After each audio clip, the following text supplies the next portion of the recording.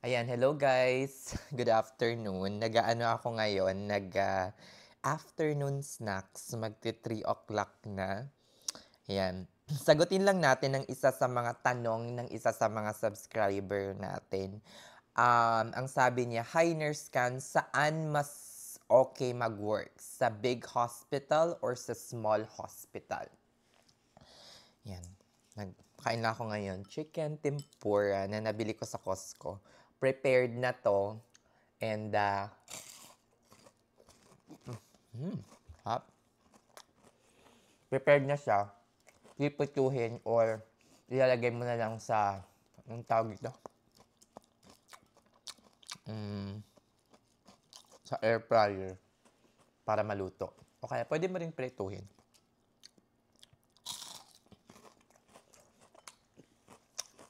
Ayan. Saan ba mas maganda? Smaller or bigger hospital? Now, kung tatanungin niyo ako guys, it really depends. Pero for me, mas maganda sa isang smaller hospital. Less toxic, hindi masyadong complicated yung mga pasyente. So, yon. For me, smaller hospital. And depende rin yun sa specialization or area ninyo. Now, pagdating naman sa sahod, halos pare-pareho lang dito. Kahit napaka-toxic pa yung environment mo, kahit napaka-busy pa ng area mo, halos yung hourly rate ay pare-pareho lamang. Hindi katulad sa ibang bansa like sa Middle East, mas mataas yung sweldo sa ganito, sa area ng kunyari nasa special area ka, kung sa non-special area ka naman, hindi masyadong mataas yung sahod. 'Di ba? Kung nasa outpatient ka, di masyadong mas mataas ang sahod compare kung nasa bedside ka. So, depende kung kaano kabigat yung trabaho mo dito. Gaano yung kabigat yung trabaho mo doon. Pero dito, nakadepende yung sahod. For as long as nasa bedside ka or nasa loob ka ng ospital na nagtatrabaho as a nurse, ay halos pare-pareho ang sahod. Depende na lang sa taas ng yung experience or sa length ng experience mo. So kung tatanungin mo ako saan maganda mag-work, definitely mas maganda sa isang smaller hospital. Pero dapat nyo ring i-consider na for example, yung area of specialization mo ay kunyari cardiothoracic ICU or mga meron pa akong nakilalang isa noon na bone marrow transplant nurse. So definitely, wala yun sa mga smaller hospital like community hospital or level 3 trauma center. Nandoon yung sa mga bigger and medical city natin. Yung mga nasa, like for example, yung mga level 1 trauma center, ganyan, yung mga bigger facility which has more than 600 or more than 1,000 bed capacity. So, pero much better talaga na mag-work kayo sa isang smaller hospital. Well, nandito naman tayo, hindi naman para magpasikat or para mag-bordo-bordo dito,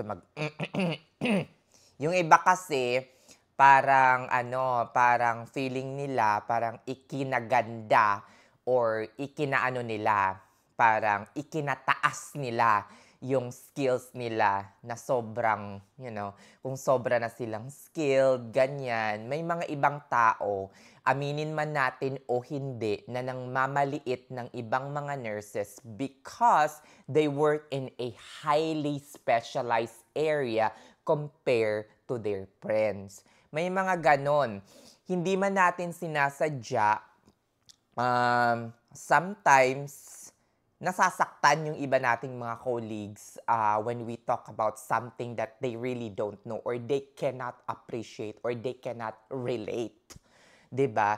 Kaya ako, as much as possible, whenever we have gatherings, whenever we have something like this and like that, especially mga bonding moments, I rarely talk about my work. I rarely talk about how good I am. Hindi. Or kung yung mga talking about work, awards, and everything. Because sometimes you make people insecure or nakakasakit ka na or parang nagmumukha kang mayabang.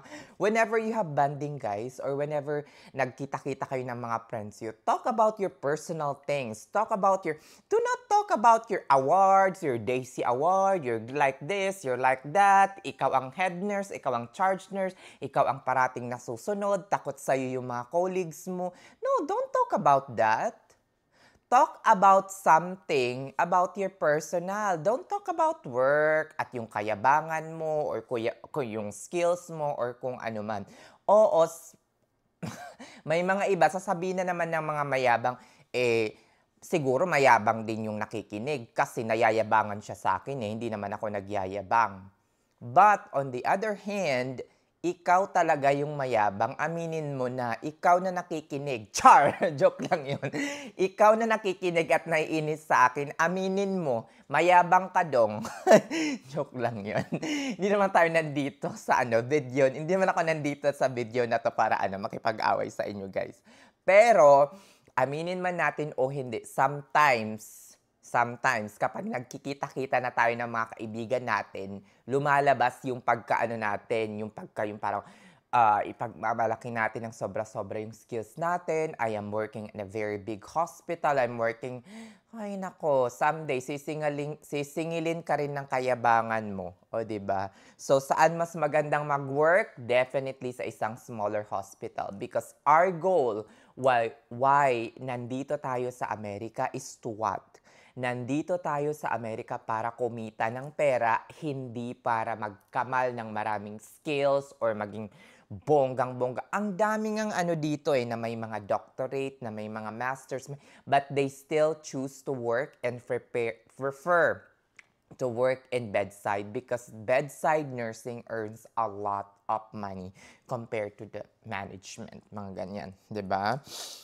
'Di ba nga nakwento ko sa inyo nung mga nakaraang vlog ko, meron akong nakilalang colleagues na nag-work sa bedside. She has already masters in nursing education from Chamberlain. Meron na rin siyang Chamberlain in Chicago ata yun.